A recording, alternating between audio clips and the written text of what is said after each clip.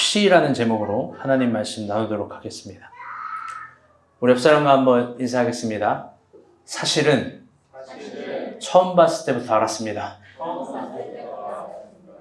한 번 더 인사할게요. 사실은 다 알고 있습니다.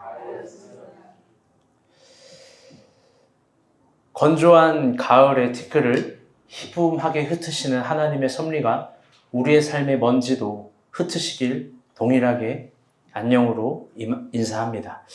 10월의 마지막 주가 오늘입니다. 마지막 주일입니다. 개인적으로 10월을 참 좋아하는데요. 2024년 10월은 저에게 결코 잊을 수 없는 한 해의 선율이 될 것 같습니다. 이 선율 끝에 10월에 많은 일들이 있어서요. 하나님이 주시는 심포니가 연주되길 가을 농부의 마음으로 희망하는 요즘입니다. 2024년이 그렇게 살기 힘들다고 하는데 우리가 본 교회 성도들 한 사람 한 사람을 바라보게 되면 모두 다 잘 되는 일만 가득하여서 너무 좋습니다.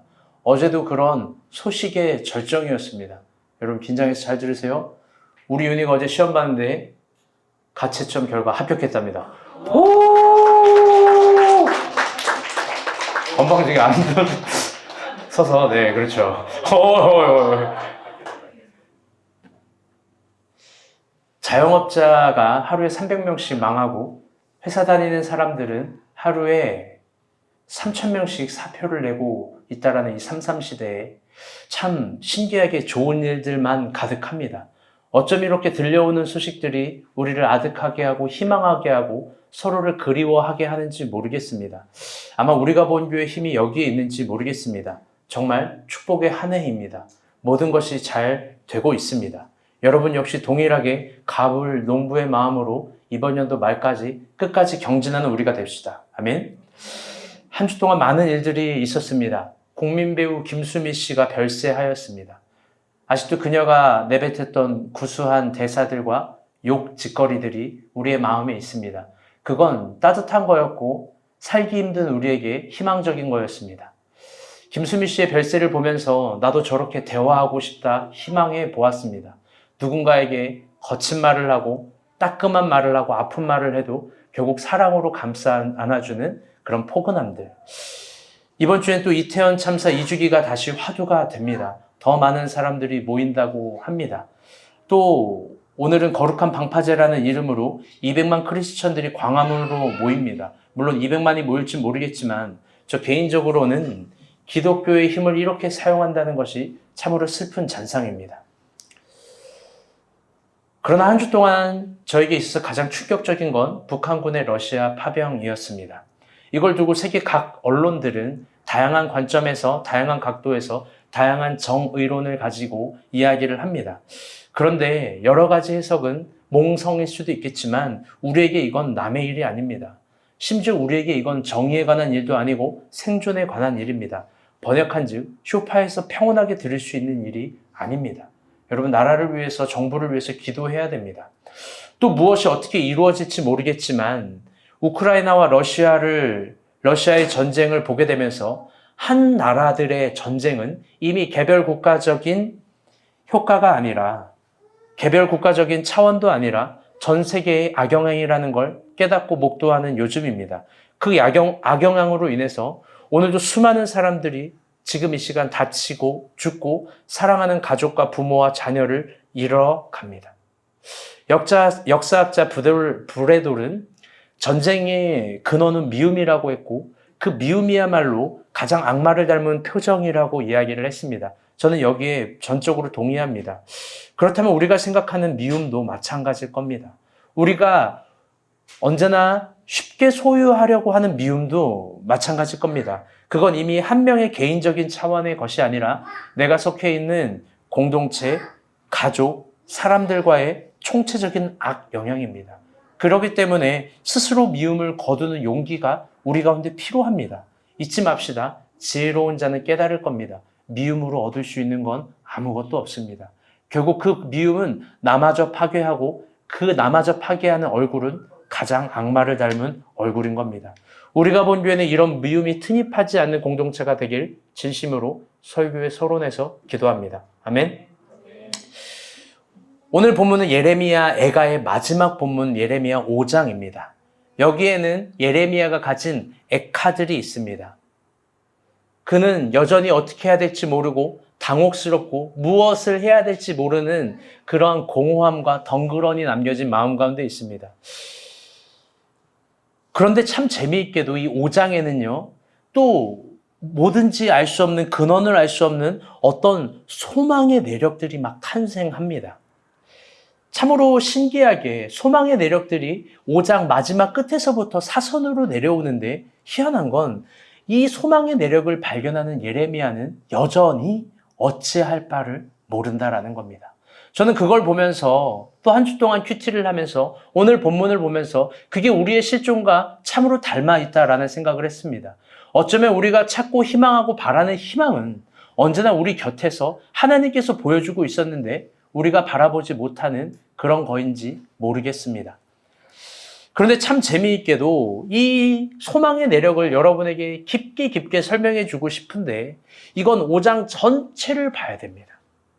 그리고 심지어 예레미야가 소망을 갖게 되는 그 내력은 그가 가장 깨닫지 못한 그 쓸쓸한 땅, 버려진 땅에서 생경하게 깨닫게 되는 어떤 신비한 지점입니다. 그걸 얘기해 주고 싶은데, 왜냐하면 지난번에도 얘기했지만 이 시는 아크로스틱이니까요. 철자로 만들어진 시고 정확하게 전체를 다 봐야 알 수 있는 거니까요. 그런데 오늘 그걸 다 볼 수가 없습니다. 오히려 우리에게 주어진 본문은, 집중해 잘 들으세요. 그 소망이 탄생하기 위해서 역설적으로 아크로스틱으로 표현하는 역설적인 절망. 절망이 얼마나 큰지를 대비적으로 보여주는 본문입니다. 즉, 오늘 우리에게 주어진 본문은 절망입니다. 오늘 이 절망을 통해서, 예레미야의 절망을 통해서 또 하나님께서 우리에게 무엇을 말씀하는지 우리 차분한 마음으로 상고했으면 좋겠습니다. 예레미야가 하는 절망과 그를 절망하게 하는 것들을 꼼꼼하게 살펴봅시다. 오늘 본문 2절에서 5절입니다. 시작. 우리는 여기 유대인들에게 우리의 집들로 이방인들에게 돌아간다. 우리는 아버지 없는 고아들이 오며 우리의 어머니는 과부들 같으니 우리가 은을 주고 물을 마시며 값을 주고 나무들을 가져오며 우리를 비추는 자들이 우리의 목을 둘러싸우니 우리가 기진하여 쉴 수 없나이다. 아멘. 예레미야는요, 먼저 자신이 직면한 절망에 대해서 이렇게 이야기를 합니다. 우리 2절 말씀, 우리 윤희 형제가 크게 우렁차게 한번 읽어볼까요? 우리의 기업이 외인들에게 너무 우렁찼어. 해주세요. 우리의 집들도 이방인들에게 돌아간다. 아멘. 예레미야는요, 자신이 직면한 절망에 대해서 가장 먼저 이야기하는 게 우리의 기업이 이방인들에게 뺏겼다라고 표현합니다. 이게 1차원적으로 생각할 때 물리적인 땅을 빼앗긴 거로 생각할 수도 있습니다. 물론 100번 양보해서 그런 이스라엘이라는 땅이 빼앗긴 거로 생각할 수 있죠. 근데 한번 물어봅시다. 전쟁에서 져서 나라가 뺏기고 땅이 뺏긴 게 그렇게까지 절망할 일일까? 물론 당연히 그럴 수도 있겠지만 만약 그렇다면 예레미야는요, 이 기업이라는 단어를 이렇게 쓰지 않았을 겁니다. 오늘 본문을 좀 깊게 연구하게 되면 예레미야는 조금 다른 것을 보면서 아파합니다. 그건 이 기업이라는 단어가 의미하는 함의들 때문입니다. 이스라엘에서 만약에 땅이 뺏긴 거라면 히브리어로 아레츠라는 단어를 썼을 겁니다. 그건 땅, 대지 이런 뜻입니다. 그런데 예레미야가 기업이 뺏기고 아파했다라는 그 기업은요, 히브리어로 나할라입니다. 이건 뭐냐면요, 상속받을 소유, 재산 이런 것들입니다. 그런 종류의 기업입니다. 즉, 예레미야는 내가 상속받을 기업, 상속받을 재산을 뺏겨서 너무 슬퍼한다라고, 이게 너무 절망스럽다라고 얘기하는 겁니다. 그렇다면 예레미야의 현실에서 여러분 그건 뭘까요? 그건 표면적이고 물리적인 이스라엘의 땅이 아니라 가나안이라는 언약입니다. 그게 그가 그토록 분통하게 아파하는 겁니다. 여러분, 우리가 본 교회, 예를 들어서 어떤 저런 상황들 속에서 이 전체가 다 빠진다고 칩시다. 이 신길동 160, 나 여기 주소도 몰라. 뭐 160 몇 호일 거야. 이거 전체가 다 뺏겨요. 여러분 막 통회하며 울며 자복합니까? 그럴 수도 있겠지만 우리가 우리의 고유한 걸 여전히 뺏기지 않았다면 우리는 언제나 소망을 가질 겁니다. 아멘? 그럼요. 예레미야는 다른 걸 보면서 절망하는 겁니다. 그건 가나안이라는 언약, 이스라엘의 본원적 형태인 가나안, 그것이 지금 다 뺏겨버렸다는 겁니다. 하나님과 믿음의 선배들이 맺었던 언약, 그 기업, 그 소중한 시간과 위대한 역사들, 그 위대한 의미들을 모판으로 두고 있는 가나안, 그 모든 의미들이 지금 이방인들에게 싸그리 깡그리 다 들어갔다라는 겁니다. 그래서 그는 절망하는 거예요. 두 번째 절망도 봅시다. 3절입니다. 우리 3절 말씀 다 같이 한번 읽어봅시다. 시작. 우리는 아버지 없는 고아들이 오며 우리의 어머니는 과부들 같으니. 아멘. 이 말도 깊게 생각해야 됩니다. 예레미야는 지금 이스라엘은 아버지와 어머니가 없는 고아 같다. 자신은 고아 같다라고 이야기를 합니다. 여러분, 왜 그는 부모님이 없다라고 이야기를 하는 걸까요? 이스라엘에. 물리적인 부모님들이 다 바벨론에 아수르에 끌려가가지고 그런 말을 하는 걸까요? 물론 100번 양보하면 그럴 수도 있습니다. 그런데요, 이것도요, 언약신학적인 관점에서 봐야 됩니다. 그 이유는 잘 봅시다. 이스라엘만큼 공동체 의식이 강한 민족이 없습니다. 그 공동체 의식이 강한 그 근원에는 이런 의식이 있는 거예요, 이스라엘은. 우리는 모두 한 형제, 12지파. 그게 그들의 기초입니다. 그리고 그 12지파의 아버지는 야곱이고 야곱의 아버지는 이삭이고 이삭의 아버지는 아브라함. 아브라함이 맺은 가나안이라는 땅으로 맺어진 이 영적인 혈육적인 공동체. 즉 그래서 그들은 아브라함의 하나님, 이삭의 하나님, 야곱의 하나님이라고 이야기를 하는 거죠. 정리하자면 그들은 그 12지파들은 언제나 아브라함의 자녀라고 생각하는 겁니다. 반대로 이야기하면 그들은 물리적인 아버지보다 더 위대한 영적인 아버지가 있는데 그게 바로 아브라함이에요. 아브라함. 우리는 아브라함의 자녀다. 우리는 야곱의 자녀다. 야곱의 이름이 이스라엘이죠. 하나님과 겨루어 이김. 그게 그들의 민족적 프라이드예요. 그건 정말 엄청난 언약 신학입니다. 그런데 지금은 그 위대한 언약적인 가족 관계, 그 아버지, 우리를 수호했던 아버지라는 그 가치, 위대한 가치들이 침몰하고 참수된 겁니다. 그래서 그는 절망하고 우는 겁니다. 4절과 5절의 절망도 깊게 생각해 보아야 됩니다. 한번 2절 읽어볼게요. 짧으니까. 시작. 우리가 은을 주고 물을 마시며 값을 주고 나무들을 가져오며 우리를 비추는 자들이 우리의 목을 둘러싸오니 우리가 기진하여 쉴 수 없나이다. 아멘. 이게 진짜 마음 아픈 거예요. 4절, 5절을 보게 되면요. 이스라엘이 물을 마시는 것과 나무를 가지고 오는 것과 이걸 다 값을 줘야 돼요. 또 자신들이 그 땅에서 원수가 이 땅에서 우리의 목을 눌러서 도저히 쉴 수가 없다고 합니다. 그런데 여러분, 성경의 언약신학적 관점에서 이걸 잘 봅시다. 가나안이라는 땅은 하나님이 광야에서도 만나와 메추라기를 먹였고 언제나 먹을 것이 풍부했던 땅이며 그리고 또 하나님께서 안식이라는 제도를 공식화한 땅입니다. 그들은 물과 먹을 것과 마실 것과 기름진 것들, 그걸 언제나 하나님이 주시는 소산으로 누렸던 그런 땅입니다. 그런데 그 아름다운 당연한 것들이, 그 아름다운 위대한 가치들이 모두 다 그 쉼이라는 그 너무나 소중한 희년이라는 안식이라는 가치들이 다 거세를 당합니다. 즉 모든 언약이 완벽하게 무너진 상태를 마지막까지 그가 절망하고 얘기하는 겁니다. 그게 예레미야가 느끼는 절망입니다. 여러분 절망적이지 않습니까? 여러분 괴롭지 않습니까? 실제로 이렇다면 너무나 슬픈 거 아니겠습니까? 기업이 뺏기고 아버지가 없고 우리에게 주신 모든 유산과 재산들이 다 잃어버린 상태예요. 그런데 한번 여러분 반대적으로 생각해 볼게요. 아니 다른 각도에서. 이번에는 이스라엘 백성 편에서 한번 생각을 해봅시다. 그들은 자신의 무너짐에 대해서 어떻게 생각할까요? 그들은 자신의 역사와 자신의 소중한 가치들이 잃어버리고 있는 이 무너지는 지점들에 대해서 여러분 순수하게 본원적 의미대로 받아들일 수 있을까요? 그건 이런 겁니다. 내가 잘못해서, 내가 망할 짓을 해서, 내가 불순종해서 그래서 망가졌다라고 생각할까요? 너무나 놀라운 건 아니에요. 예레미야 애가를 보고 있고 예레미야를 담고 있는 예레미야서가 있고 그 예레미야가 역사적으로 기록되는 열왕기상이 있습니다. 그 역사들을 하나씩 본문이 너무 길다고 해서 어떤 분이 이제 제 아내가 컴플레인을 요청했어요. 본문 너무 많이 읽으면 감히 목사님 설교하는데 그래요. 근데 너무 많아서 다 가지고 올 수도 없어요. 심지어 그걸 정교하게 맞춰보면 너무나 놀라운 지점이 있는데요. 그건 뭐냐면 그들은 망하는 그 지점과 순간과 역사들 속에서도요, 억울함이 있고 원망함이 있어요.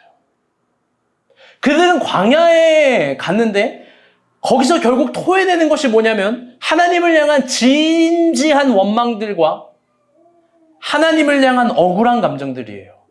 그들은 자신의 심판을 긍정하거나 인정하지 않습니다. 그러할수록 하나님을 더 원망하는 거예요. 그런데 심도 깊은 질문해 봅시다. 중요한 거예요. 그들은 왜 자신의 심판을 인정하지 않을까요? 그들은 왜 자신의 무너짐과 망함을 인정하지 않고 억울해하고 원망해야 할까요? 그들은 어느 한편에서 이렇게 생각하고 있지 않았겠습니까? 이스라엘 백성들 편에서 예레미야 말고 원망한다는 건 이런 한켠의 마음이 있는 거예요. 하나님, 나는 최선을 다했습니다. 하나님, 나는 최선을 다했는데 상황이 이럽니다. 그들은 항상 이 말을 입에 달고 살았을지 몰라요. 하나님, 나는 최선을 다했는걸요. 그런데 하나님이 이렇게 하신 거잖아요. 나는 언약에 신실했는데요. 하나님이 그런데 이렇게 하신 거잖아요. 제가 신기한 얘기 하나 해드릴게요. 제가 사역을 하면서요, 사업이든 직장 생활이든 잘 못하는 사람들의 특징이 있어요. 신방을 해보면 그런 사람들의 공통된 특징이 있어요. 그건 뭐냐면 이 마음 가운데 늘 진짜로 억울해하는 감정이에요. 억울해합니다. 자신은 늘 최선을 다했는데 잘 안 됐다라는 자화상을 가지고 있어요. 그게 직장 생활이든 사업이든 공부든 간에 최선을 다했는데 안 됐대요. 그래서 늘 억울하대요. 그래서 주변에 있는 모든 것들을 논리적으로 원망해요. 내가 가족 때문에 안 됐고, 내가 책상 때문에 안 됐고, 내가 학원비가 없어서 안 됐고, 내가 밥을 10,000원짜리를 먹어야 되는데 8,000원짜리를 먹어서 안 됐고, 내가 이래서 공부를 못했고, 저래서 공부를 못했고, 모든 걸 원망하다 그 끝에 어디까지 가냐? 반드시 하나님까지 가요. 하나님 왜 나에게 이런 시간을 주셨고, 그게 하나님이 기회를 주신 거였는데, 원망은 계속 커져갑니다. 그러면서 죽어도 자기는 잘못하지 않았다고 그러고 자기는 무조건 자식들에게 최선을 다했대요. 여러분, 근데 깊게 생각해 봅시다. 스스로 고백한 그 말은 정말 진실일까요? 정말 정답일까요? 어쩌면 최선을 다했다는 그 말이 가장 큰 거짓말이자 가장 거짓된 진실일 수 있어요. 더 나아가 최선을 다했다는 그 스스로의 고백이 가장 부끄러운 말일 수도 있어요. 왜? 그 이유 너무 극명한데요. 결국 최선을 다해도 자기 자신을 증명해내지 못한 거니까요. 반대로 말하면 자기가 얼마나 가짜인지를 증명해주는 명함이에요. 언제나 여러분에게 이야기하는 거, 한 번도 환경은 우리 편인 적이 없어요. 공부하기 좋았던 시절과 공부하기 좋았던 시간이 어디 있고 준비하기 편했던 여건이 어디 있어요. 여러분, 그게 거짓말이에요. 거짓말.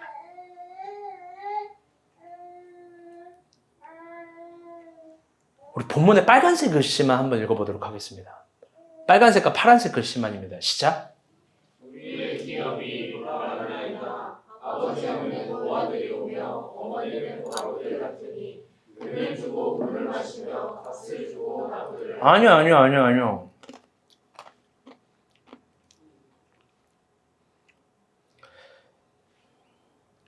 제가 추가해서 PPT 넣으라는 거 안 넣었어요?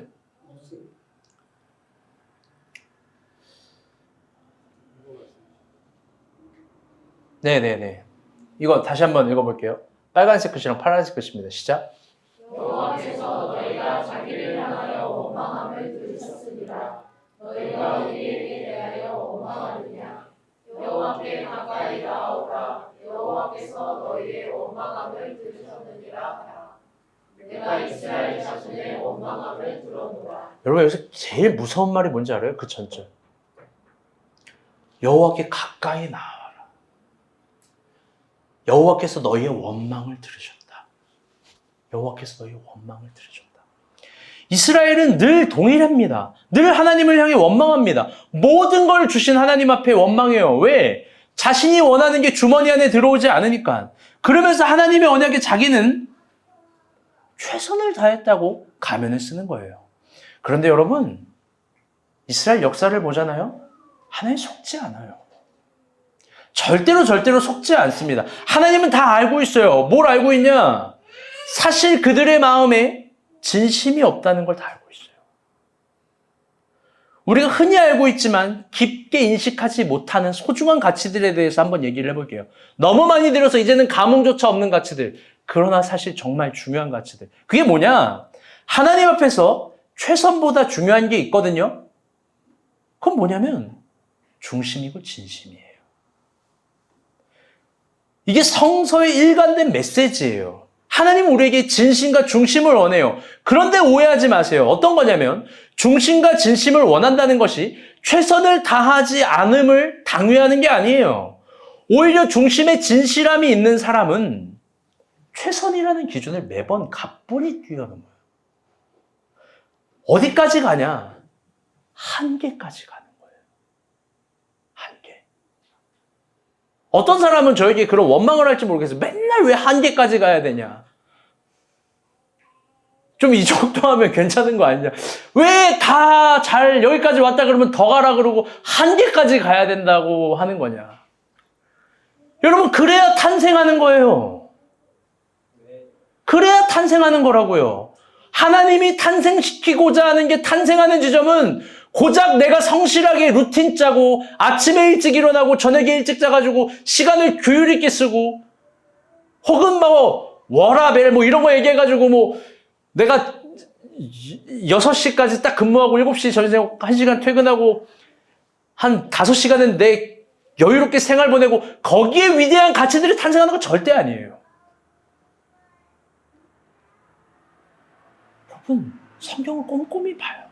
하나님이 사랑하는 사람 죄다 광야로 보냈고 하나님이 사랑하는 사람 죄다 시험하게 하셨고 죄다 실험시키셨고 한계까지 가요. 그 한계는 도저히 자기의 상식과 이론과 이성으로 지정되지 않은 지점. 거기까지 꼭 이르게 해요. 왜? 거기서 새로운 사명들, 새로운 소원들, 새로운 꿈이 탄생하니까.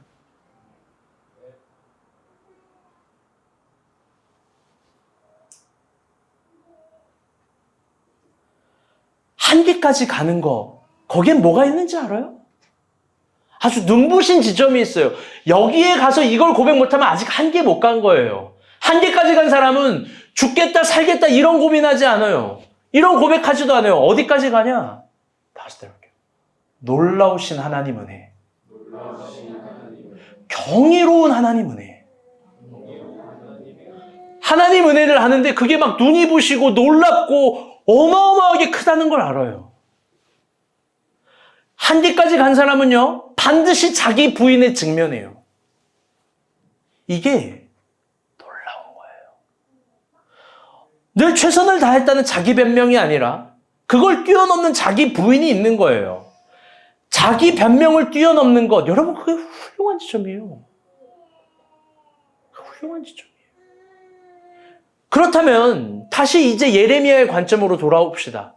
예레미야는 후기 이스라엘, 절망적인 상황, 모든 것이 다 빼앗기고 부셔지고 언약신앙마저 잃어버린 그 상황에서 여러분 어떤 자기 부인을 한 걸까? 도대체 그의 중심과 진심은 어떤 걸까? 여러분 이게 눈에 아름답고 눈부신 진리입니다. 우리 1절 말씀입니다. 오늘 본문 시작 한번 보도록 합시다. 시작. 여호와여 우리가 당한 것을 기억하시고 우리가 받은 치욕을 살펴보소서. 이게 예레미야 5장 1절인데요. 사실 이게 정말 많은 걸 얘기해주고 싶어요. 근데 한번 차분히 봅시다. 망가진 이스라엘 절망적인 상황이에요, 지금. 그 상황에서 예레미야는 하나님 앞에서요. 하나님 나 최선을 다했는데요. 이런 말 하지 않아요. 그러나 우리는 그가 누구보다 최선을 다했는지 알고 있습니다. 그런데 그는 중심의 진실함으로 이렇게 얘기를 해요. 하나님, 우리가 당한 걸 기억해 주세요. 우리가 받은 치욕을 기억해 주세요. 지난주 설교처럼 여전히 눈물의 기도의 연속입니다. 도저히 어떻게 해야 할지 모르는 상황을 그대로 나열하는 거예요. 그리고 우리가 받은 치욕과 아픔들을 살펴달라고 합니다. 그런데 이 자체가 하나님 나를 살펴주세요. 하나님 나를 긍휼히 여겨주세요. 나를 기억해 주세요라는 자체가 여전히 하나님께 소망을 두고 있는 거예요. 이게 그의 중심이에요. 그런데 여기서 진짜 깊게 생각해야 될 게 있습니다. 그건 뭐냐? 우리가 당한 것을 기억하시고, 파란색 글씨 기억하시고 살펴보옵소서. 이게 국어로는 다르게 표현된 의물 같지만 히브리어로는 동일한 단어입니다. 그게 뭐냐면요. 하테드라는 단어인데요. 이건 정확한 용례가 있는 법적 용어입니다. 번역한 즉 이런 거예요. 다시 검토하다. 안 따라합니다. 다시 검토. 목사님 말씀은 다 따라하고 싶나요? 네. 다시 검토하다. 즉 어떤 사건이나 일들이 있는데 그것을 법관이 천천히 다시 해석하고 상고하게 탄원할 때 쓰는 표현이에요. 고대 근동에서는 그랬어요. 즉 예레미야는 우리가 당하고 있는 것들과 받은 치욕들을 하나님께 다시 판결해달라고 기도하는 겁니다. 고대 근동 법정에서 하는 헤테드의 문법을 그런데 깊게 생각해보면 여기에 아주 무서운 게 있어요. 그게 뭐냐면요. 다시 상고할 때는요. 반드시 원인론에 대해서 변론해야 돼요. 이 진짜 헤테드의 법적 용법입니다. 왜 그럼 너가 이렇게 되는지 변호사를 불러서 원인론부터 다시 상고시키는 기능입니다. 그렇다면 다시 한번 이 헤테드의 문법으로 이 사건을 봐야 되거든요. 그게 5장 1절입니다. 그래서 설명을 다 하기가 어려워요, 사실. 그럼 봅시다. 다시 상고해서 원인론적인 관점으로 이스라엘은 왜 그렇게 망해버린 걸까? 도대체 왜 그렇게 망해버린 걸까? 여러 가지 원인들과 이유들이 있어요. 그렇죠? 그런데요, 이걸 상고시킨 예레미야의 대변, 예레미야의 변호, 예레미야의 관점에서 원인론을 한번 봅시다. 우리 목요일 큐티입니다. 우리 예레미야 4장 11절, 13절입니다. 우리 다 같이 봅시다. 예레미야의 변호입니다. 예레미야의 원인론. 시작. 여호와께서 그의 분을 내시며 그의 맹렬한 진노를 쏟으시며 시온에 불을 지르사 그 터를 사르셨도다. 그의 선지자들의 죄들과 제사장들의 죄악들 때문이니 그들이 성소 안에서 의인들의 피를 흘렸도다. 13절 빨간색 글씨만 다 같이 읽어볼게요. 시작. 그의 선지자들의 죄들과 제사장들의 죄악들 때문이니. 아멘. 예레미야가 변호합니다. 원인론에 대해서. 그 변호는 이런 거예요. 하나님 내가 보니까요. 다시 생각해 주세요. 이스라엘이 무너진 이유는 선지자들과 제사장들의 죄악입니다. 근데 이게 진짜 깊은 헤테드의 문법인 게 여러분 예레미야는 선지자 아니에요? 맞죠? 여러분 예레미야 선지자잖아요. 그럼 질문해 봅시다. 예레미야도 죄가 있을까요? 없을까요? 무서운 건 예레미야 애가를 쓸 때 그 애가 1장에서 이렇게 얘기하는 거예요. 20절에서 22절입니다. 이거는 천천히 읽어보세요. 시작.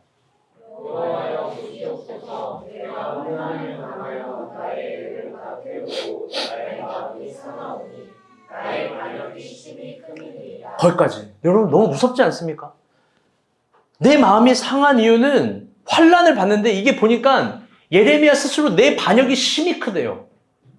여러분 예레미야가 하나님께 반역했을까요? 22절도 봅시다.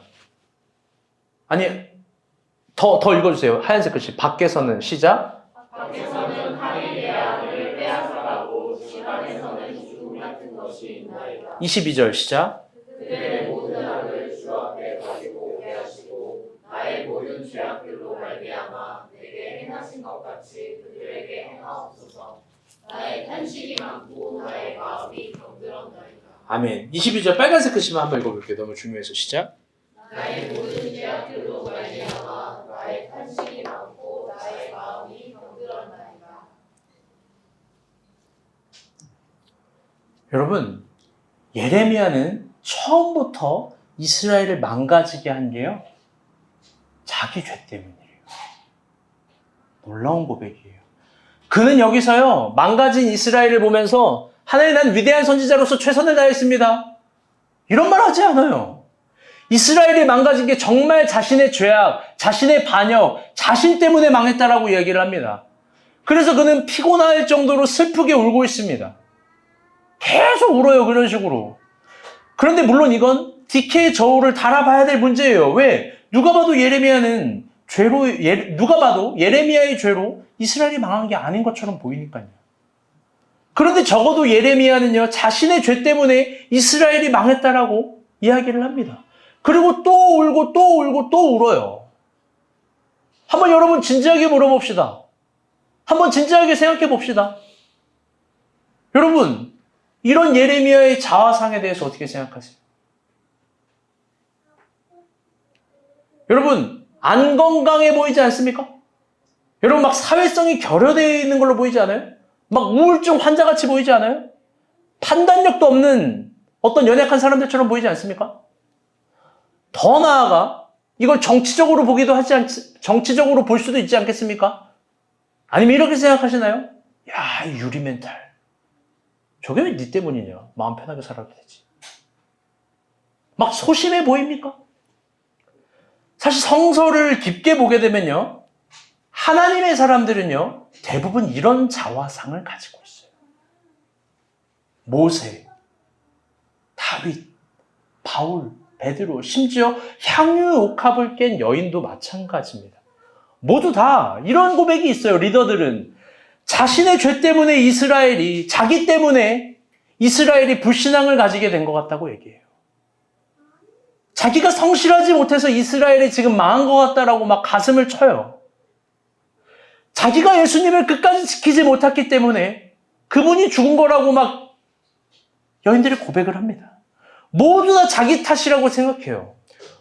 어떤 영역에서는 그들은 매우 심각한 우울증을 앓는 것처럼 보입니다. 그 우울증은요, 상당히 무겁고 끈적하고 아주 깊은 책임의식이죠. 여러분은 이런 자아상에 대해서 어떻게 생각해요? 첫 번째, 치료를 받아야 된다. 두 번째, 전문 치료를 받아야 된다. 현대 기독교적인 관점에서 보면 여러분 이거 다 병자들 아닙니까?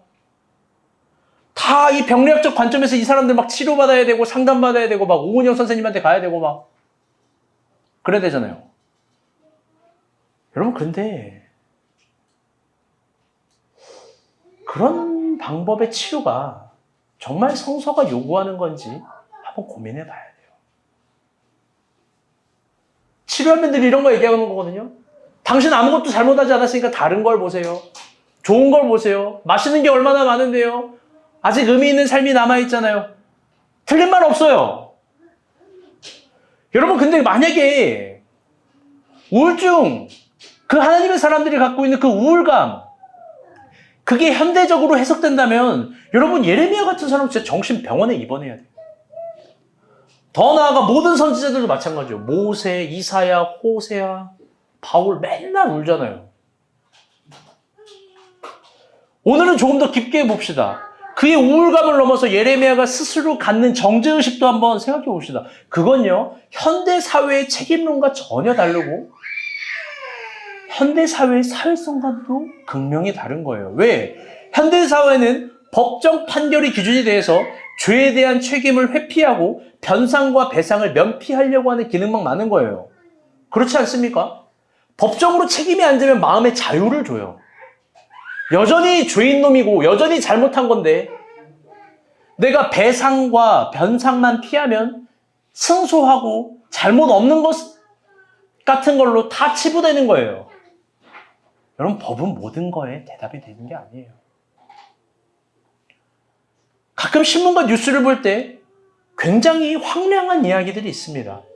사회적으로 어마어마한 큰 나쁜 일을 했지만 법적 판결의 기준이 돼서 막 뻔뻔하게 모든 책임을 타인에게 전가시키고 자기는 마음 편하게 지내는 거예요. 그런 사람들 보면서 막 저는 너무 힘든데 댓글에 이런 것들이 있더라고요. 망해버린 이스라엘의 후기를 오늘 우리의 현실로 한번 적용해 보는 거예요. 제가 안 좋은 예를 하는 게 아니라 본문의 배경을 적용하는 겁니다. 우리 중에 가정이 망했다고 칩시다. 망했어요. 두 가지 고백이 있을 거예요. 첫 번째, 망했다. 그런데 난 최선을 다했어. 이 고백과 두 번째, 망했어. 나 때문에 망했어, 우리 가정은. 여러분, 무슨 고백할 거예요? 여러분, 사업이 망했다고 칩시다. 그때도 두 가지 고백이 있을 거예요. 난 최선을 다했어. 근데 망했어. 와, 진짜 나 때문에 이 사업이 망했구나와 가슴을 치는 거. 여러분, 무슨 고백할 거예요? 내 사랑이 박살나고 끝났다고 칩시다. 난 최선을 다했어. 이거와 아니면 나 때문에 망했어. 여러분, 뭐라고 고백할 거예요? 잘 모르겠지만 예레미야는요, 최선을 다했다는 말로 숨지도 않고 자기를 변호하지도 않아요. 심지어 예레미야에게 법이 그렇게 판결을 해줘도 그는 마음 편히 거기에 기대지 않을 거예요. 오히려 울고 또 울면서 자기 탓이라고, 내 죄 때문이라고, 말도 안 되는 논리와 감당할 수 없는 무거운 마음으로 물처럼 녹아져서 살 거예요. 오늘 본문이 우리에게 이걸 요구하는 거예요. 책임감을 가져라. 아파해라. 오늘 본문이 우리에게 극명하게 말하는 거예요. 다시 따라보겠습니다. 나 때문이다. 나 때문이다. 예레미야는 자기 때문이라고 울고 또 울고 웁니다. 공감하지 못하는 사람들은 여전히 공감하지 못해요. 그러나 하나님은 보고 있어요. 모르겠어요. 저는 너무 신비한 2주를 보내고 있어요. 예레미야 애가를 보면서요. 원래 성경을 보면 저도 긴장돼요. 주일 본문 보면. 하나님 또 나를 어떻게 혼내실까? 또 내가 못 보는 건 뭔가? 어떻게 가야 하나? 그런데요. 예레미야 예가를 보면서 정말 2주 동안 위로를 받아요. 지원 간사랑 주영자매 알 거예요. 내가 큐티하기 싫다고, 이 본문 예레미야 예가라서 너무 싫다고, 왜 하필 이거냐고 막 성서 유니온에 따져 전화하겠다고 막. 그런데 아니었어요. 너무나 우리에게 필요한 말씀이고 놀라운 말씀이에요. 위로를 받아요. 감히 예레미야의 저 마음은 감히 제가 표현할 수 없는 제 마음과 어설프게 비슷한 것들이 있어요. 왜냐하면 저도 우리가 본 교회가 안 되면 다 제 탓 같아요. 여러분, 이게 쇼를 하는 게 아니에요. 저는 진심으로 최선을 다했어라고 변명하는 게 오버하는 게 아니라 구역질 나요, 스스로. 진짜 모든 게 다 내 탓 같아요. 심지어 오버하는 게 아니라 여러분의 사업과 직장과 생활이 잘못되면 그게 다 내 탓 같아요. 안 그럴 것 같아요? 오늘 성근이 아름이가 안 와서 참 아쉽지만 성근이 아름이가 빛나가 생겨서 너무나 감사하죠. 너무나 감사해요. 근데 그게 안 생기고 힘들 때, 어려울 때 다 내 탓 같아요. 여러분, 그 썸을 해서 잘 되기 망정이지 안 되면 다 내 탓 같아요. 윤희가 시험을 합격해서 감사하지 안 되면요 다 내 탓 같아요. 포마이티니가 안 되면 다 내 탓 같고, 라이가 안 되면 다 내 탓 같고, 뭐든지 다 내 탓 같아요. 이제 성민이 남았어요. 목사님, 이 설교 하기 싫으면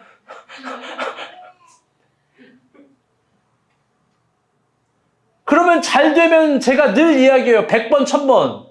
하나님 은혜라고. 아멘? 제 탓 같지가 않아요. 잘 되면 하나님의 은혜라고. 제가 가르치고자 하는 게 그거예요. 감히 그 앞에 내가 최선을 다해서 이런 말 하지 마요. 윤희, 하나님 은혜. 아멘? 그게 여러분은 도저히 헤아릴 수 없는 저의 자화상이에요. 다 내 탓 같은 거. 이거 약을 먹어도 안 고쳐지고요. 이 치료를 받아도 안 고쳐질 거예요.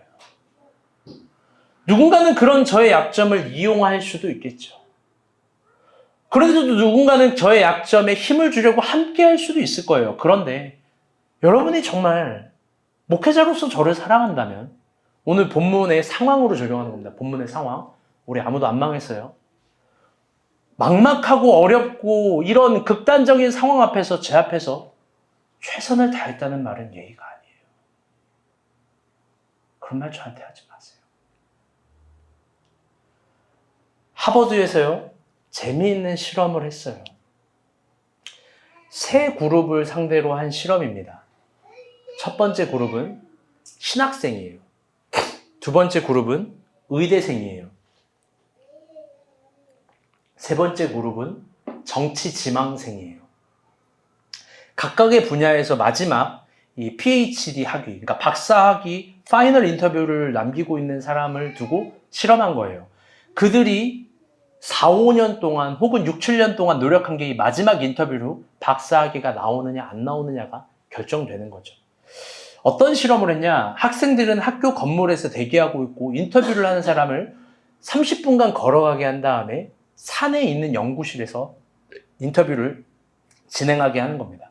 혼자 걸어오게 하라고 한 거예요.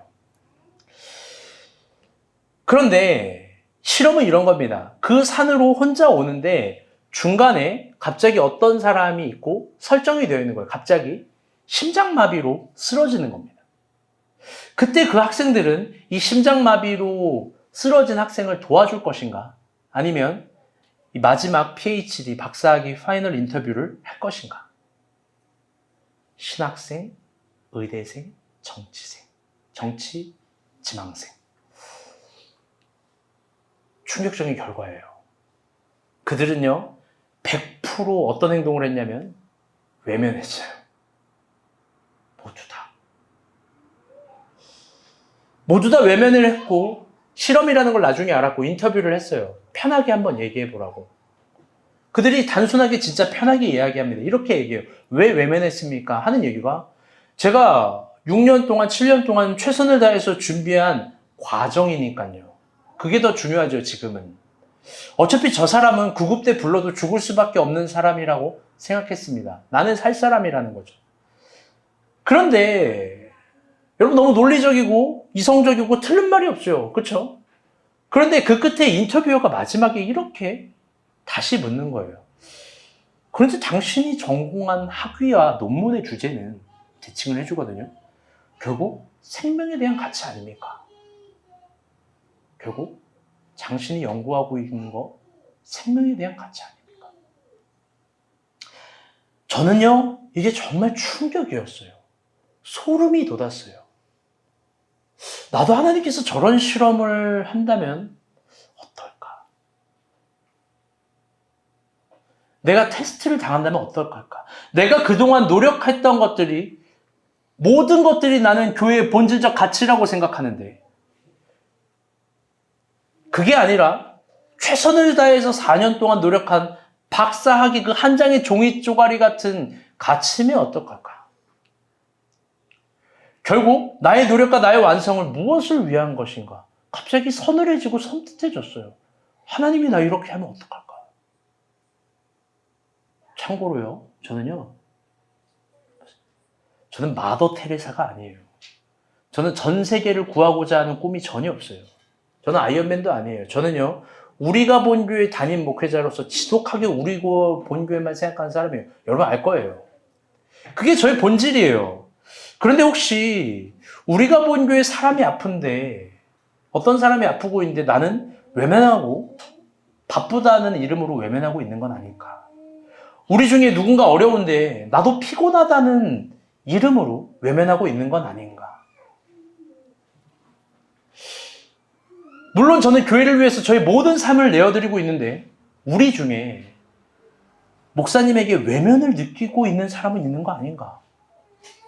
애가를 보면서 하나님이 저에게 진짜 가슴을 두드리면서 이 5장 가운데 말씀하시는 거예요. 일어나, 이놈아. 절대로 내가 너에게 맡긴 성도를 외면하지 마. 외면하지 마. 내가 지금 너에게 허락한 이 시간을 절대로 외면하지 마. 제가요, 펑펑 울었어요. 저는 정말 좋은 목사가 되려고 노력하는 중인데 제가 아직 감히 좋은 목사라고 말은 못하겠어요. 그럼에도 불구하고 혹시 여러분들 중에서 저에게 외면을 느낀다면 여러분 저를 용서하시고 저에게 꼭 말해주세요. 저 절대 외면하지 않을 거예요. 우리 목자들도 마찬가지예요. 여러분 절대 외면하지 않을 겁니다. 사실 성서가 인간에게 요구하는 건요, 정복하는 인간론, 탑 위에 탑을 쌓고 1등을 하는 인간론이 아니에요. 성서가 우리에게 제시하는 아름다운 인간론의 미학은 공감하는 인간론이고 함께하는 인간론이에요. 그걸 신학적 용어로요, 체휼이라고 합니다. 번역한즉 함께 아파하고 기뻐하고 슬퍼하고 괴로워하는 상태예요.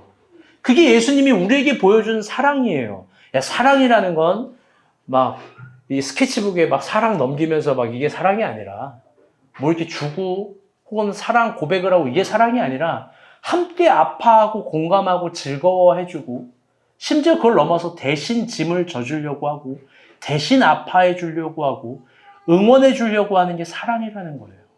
그 사람의 한계부터 위까지 얼마든지 잘할 수 있는 지점까지 대신 걸음이 되어주는 그게 사랑이라는 거예요. 저는 사랑하는 여러분, 우리가 본 교회 안에서 말할 수 있는 사랑은 이런 체휼이었으면 좋겠습니다. 아멘? 서로를 향해서 더 많은 아픔과 기쁨과 괴로움을 나누고 행복과 즐거움이 함께 나누고 그게 모두 나의 역사에 적혀지는 기쁨이었으면 좋겠습니다. 아멘? 여러분, 그러니 오늘은 정말 기뻐할 날이에요. 왠지 알아요? 우리 윤희가 합격했잖아요. 아멘? 그게 현미가 제일 기뻐할 이유가 돼야 되는 거예요.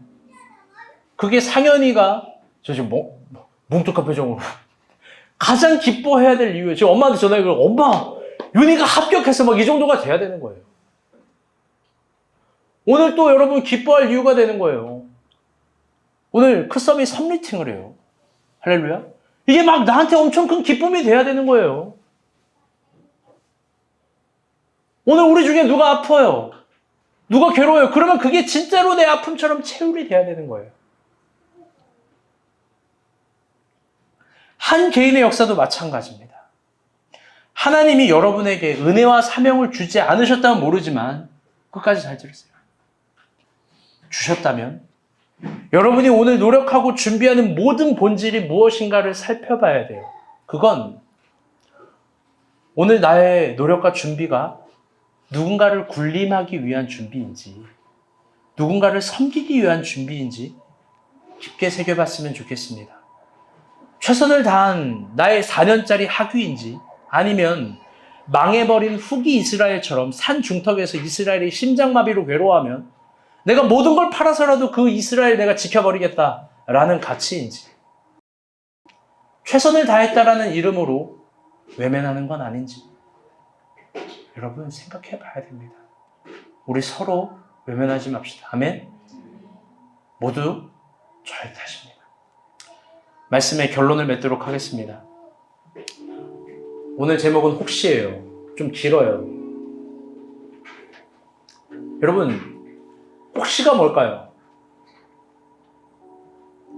이 설교의 결론이 아주 임팩트가 있을 거예요. 잘 들어봐요. 혹시 이런 거 아닙니까? 마음 깊은 곳 가운데 있는 진심 혹은 최선을 넘은 중심 내가 진짜 하고 싶은 거에 대한 근본적 사실 이게 혹시예요. 요즘 우리가 본 교회 중에 굉장히 잘 나가는 친구가 있어요. 누구냐? 8,000명 중에 200등한 임관사님이 아니고요. 잘 나가는 사람이 여러분 크썸이에요. 여러분 크썸 영상 보면 엄청나지 않습니까? 다들 한 번 이상 3번씩 4번씩 본 거 다 알아요. 윤희 몇 번 봤어? 하랑 공부 잘했고 그래.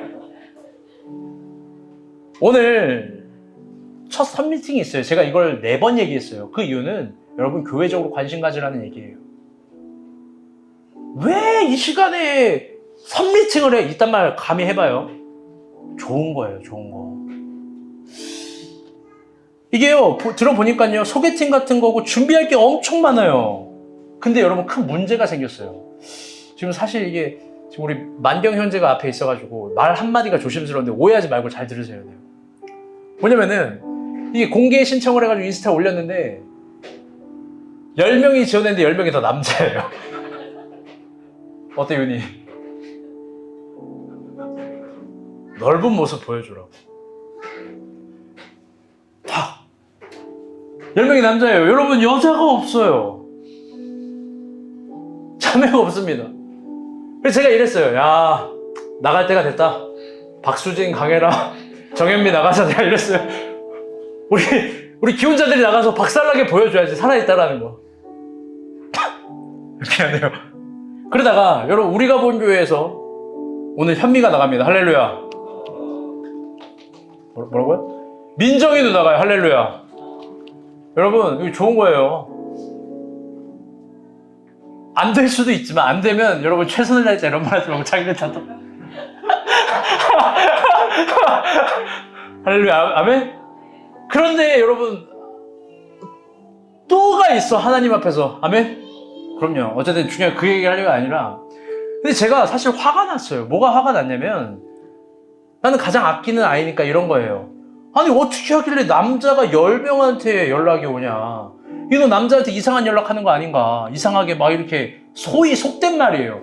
꼬리 치는 거 아닌가. 아니, 어떻게 하면 이게 남자가 10명이 다 오냐고. 어떻게 DM을 했길래. 그래서 제가 막 좀 다그치기도 하고 혼내기도 했어요.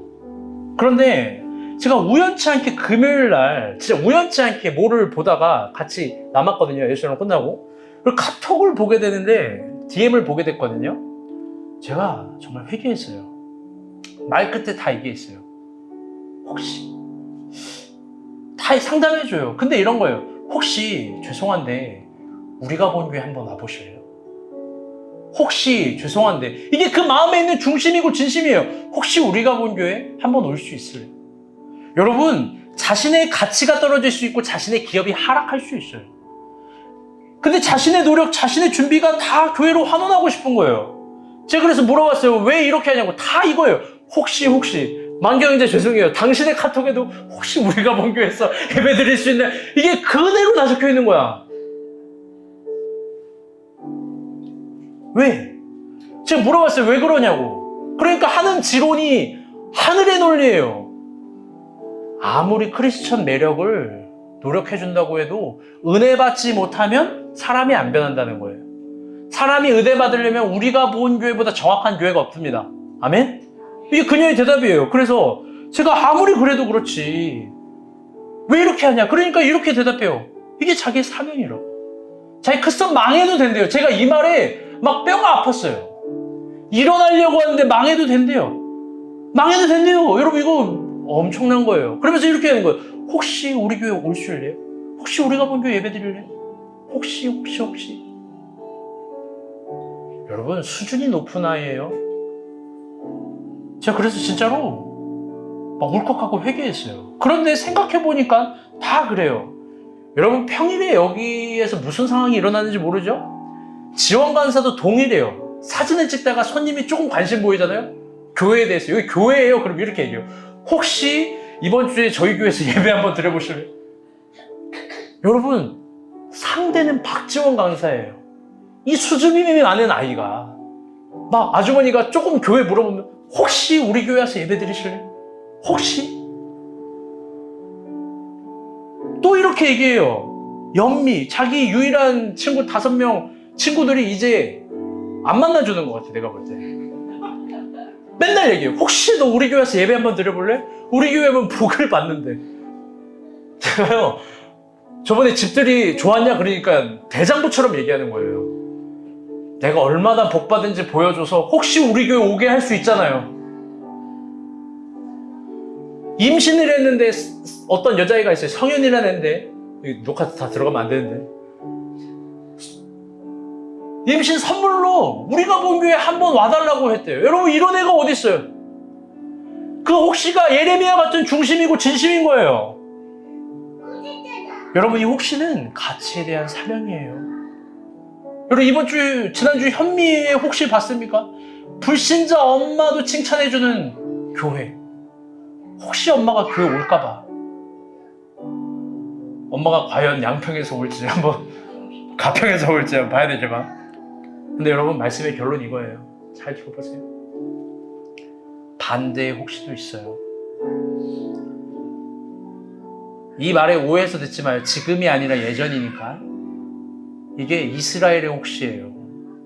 예레미야 다른 관점의 이스라엘 혹시 이런 겁니다. 오해가 있을 수 있어요. 예전이에요, 예전. 떠난 사람들의 이야기라고 생각하시면 돼요. 목사님, 제가 이런 생각 저런 생각을 하는데 혹시 이 사람을 사용하시고 혹시 저 사람을 사용하셔서 혹시 제 일을 도와주실 수 있나요? 목사님, 제가 이런 계획을 가지고 있고 저런 계획을 가지고 있는데 교회에 이런 시스템을 사용하고 저런 시스템을 사용해서 혹시 제 사업을 도와줄 수 있나요? 여러분, 무서운 생각이에요. 교회 팔아먹는 생각이에요. 너무 이런 혹시는요, 너무 서운하고 슬퍼요. 교회를 이용해서 자기를 도우라니요. 자기의 것을 내어드려서 교회를 섬겨야 되는데. 하나님 책망이 있을 거예요. 그게 예레미야 애가 5장의 마지막 메시지예요. 우리 교회는 서로를 외면하지 않습니다. 아멘?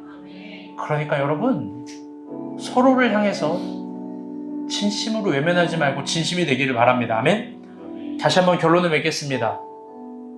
여러분, 혹시는 뭘까요? 그건 마음 깊은 곳 가운데 그가 희망하고 바라는 진심이에요. 최선을 넘어선 중심이에요. 우리 마음은 무엇을 향하고 있는지 한번 봅시다. 우리 처음 했던 인사 마지막 다시 합시다. 사실 다 알고 있습니다. 우리 찬양 부릅시다.